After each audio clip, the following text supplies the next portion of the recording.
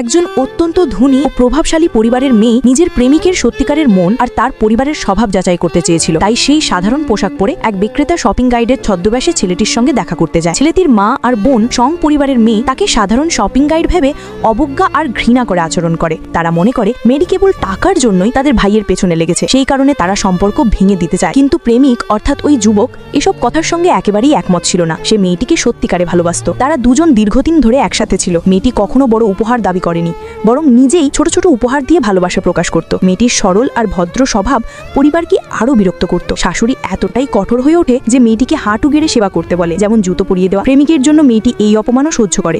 সে শাশুড়ির পা ধরে জুতো পরিয়ে দেয়। তবুও শাশুড়ি মেয়েটিকে অপমান করে এবং বলে সে তার ছেলের যোগ্য নয়। কিন্তু ছেলেটি, যে নিজের মায়ের অন্ধভক্ত নয়, স্পষ্ট ভাষায় জানিয়ে দেয় সে শুধু এই মেয়েকেই বিয়ে করবে। এটা দেখে মেয়েটি নিশ্চিত হয় সে সঠিক মানুষকেই বেছে নিয়েছে। এরপর মেয়েটি প্রেমিককে পরীক্ষা নিতে চায়। সে একটি মিথ্যে অজুহাত বানায় যে তাকে হলিউডে একজন বড় পরিচালক নায়িকার জন্য ডেকেছে। মেয়েটি আসল সত্য না জানিয়ে প্রেমিককে বিদায় করে দেয়। ছেলেটি হলিউডে গিয়ে সফল হয়ে ওঠে। এদিকে মেয়েটি তার ফেরার অপেক্ষা করতে থাকে। প্রেমিকের স্থায়িত্বের জন্য সে একটি কোম্পানি কিনে ফেলে যাতে সেটা উপহার দিতে পারে। তাকে সারপ্রাইজ দেওয়ার জন্য একটি সুন্দর ওয়েডিং ড্রেসও তৈরি করে রাখে। যখন মেয়েটি জানতে পারে তার প্রেমিক ফিরে এসেছে এবং হোটেলে তাকে প্রপোজ করার পরিকল্পনা করছে, তখন সে খুব খুশি হয়। কিন্তু অনুষ্ঠানে পৌঁছালে মেয়েটি হতবাক হয়ে যায়। তার প্রেমিক মঞ্চে উঠে অন্য এক মেয়েকে নিজের প্রেমিকা বলে সবাইকে সামনে